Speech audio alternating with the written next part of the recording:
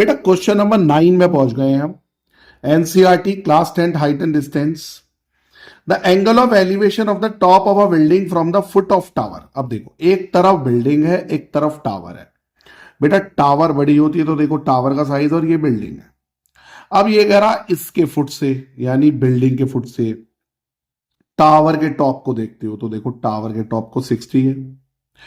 और जब टावर के फुट से देखते हैं बिल्डिंग का टॉप तो वो एंगल ऑफ एलिवेशन 30 है। मतलब एक दूसरे के फुट से एक दूसरे के टॉप को देख रहे हैं, ये बिल्कुल सबसे ऊपर वाले पॉइंट को।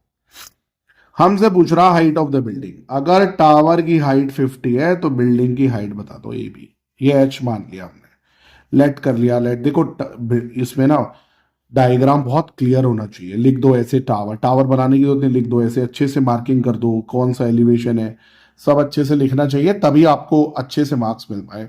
ये क्वेश्चन इंपॉर्टेंट भी है। अब क्लियर हाइट एंड डिस्टेंस में है क्या बेटा, जितने भी राइट एंगल ट्राइंगल हैं 99% सब में 10 लगा दो या कॉट लगा दो। देखो अब जैसे पहले लिया ए सी डी, ये बड़े वाला, इसमें कॉट 60 लगाया, आप 1060 भी लगा सकते हो। सी डी ऊपर हो जाएगा, ए सी अगर 1060 लगाओगे। हम कॉट 60 लगा रहे हैं। ऐसा कुछ नहीं है कि क्यों लगा रहे हैं, आप 1060 भी लगा सकते हो, इससे थोड़ा क्रॉस मल्टीप्लाई इजी हो जाता है। क्योंकि देखो मुझे एसी निकालना है तो इसलिए कॉट लगाया।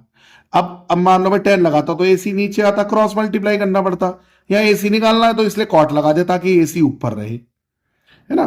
क्रॉस मल्टीप्लाई करा तो एसी की वैल्यू आ गई। अब आपने इसे यही रैशनलाइज भी कर लो। आपने 9th क्लास में पढ़ा था बेटा, देखो ऐसे रैशनलाइज कर लिया तो 50√3/3 आ जाएगा। भले ही अब मत काटो पर ऐसे लिख लो। अब हम पे दूसरा ट्राइंगल है ये, इसमें फिर से हमने लगा दिया, देख लिया आप कॉट 30। आप फिर से मैं बता रहा हूं 10, लेकिन मुझे एसी चाहिए था तो यहां से भी एसी निकाल लिया। यहां से एसी क्या आया, यहां से एसी आया, क्रॉस मल्टीप्लाई कर दूंगा h√3। अब प्यारा बच्चों यहां से भी एसी आया, यहां से भी एसी आया, तो ये दोनों वैल्यू इक्वल होगी ना, क्योंकि दोनों एसी की वैल्यू है। तो बस मैं इक्वल रख दूंगा, देखो यहीं पे कर रहा हूं। 50√3/3 को मैंने h√3 से इक्वल कर दिया। अब √3 से √3 कैंसिल हो जाएगा तो h की वैल्यू आ गई 50 को 3 से डिवाइड करना, यानी कि लगभग 16.7 मीटर।